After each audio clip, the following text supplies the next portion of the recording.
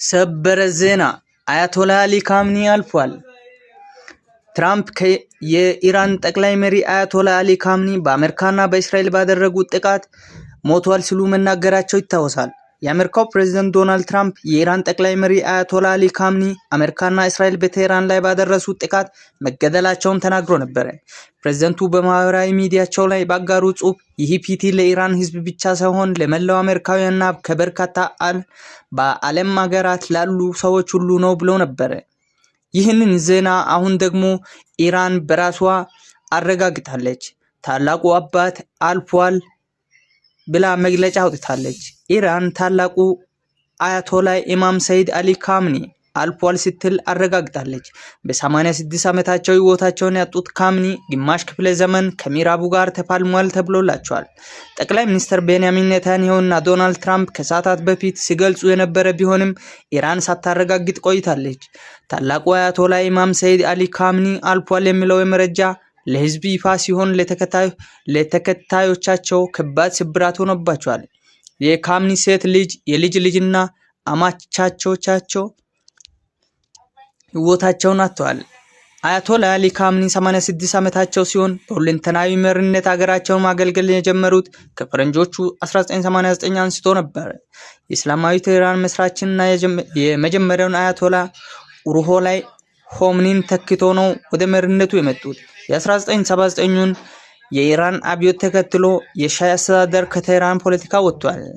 አያቶላ አሊ ካምኒ የሀገሪቱን ጦር፣ የመንግስት ከፍተኛውን አስተዳደርና የመንፈሳዊ መሪነቱን ሚና ሲወጡ የነበረ መሪ ናቸው ሲል አልጀዚራ አስነብበዋል። በሌላ ዜና የኢራን ከፍተኛ ወታደራዊ አመራሮች መገደላቸው ተረጋገጠ።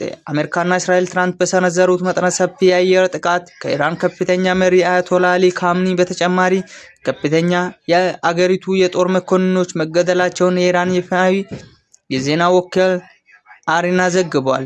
የኢራን ጦር ኃይሎች ጠቅላይ ኤታማዦር ሹም ሜጀር ጀነራል አብዱል ረሂም ሙሳቢ፣ የኢራን መከላከያ ሚኒስትር አዚዛ ናስርደይ፣ የካምኒ ከፍተኛ የደህንነት አማካሪ አሊ ሻምሃኒ እና የእስላሚክ አብዮታዊ ዘበኛ የምድር ኃይል አዛዥ ሙሐመድ ፓክፉር መሞታቸው ነው የተገለጸው። ከነዚህ በተጨማሪ ሌሎች በርካታ ከፍተኛ የጦር አዛዦች የተገደሉ ሲሆን ስማቸው በሂደት ይፋ እንደሚደረግ ተጠቁሟል።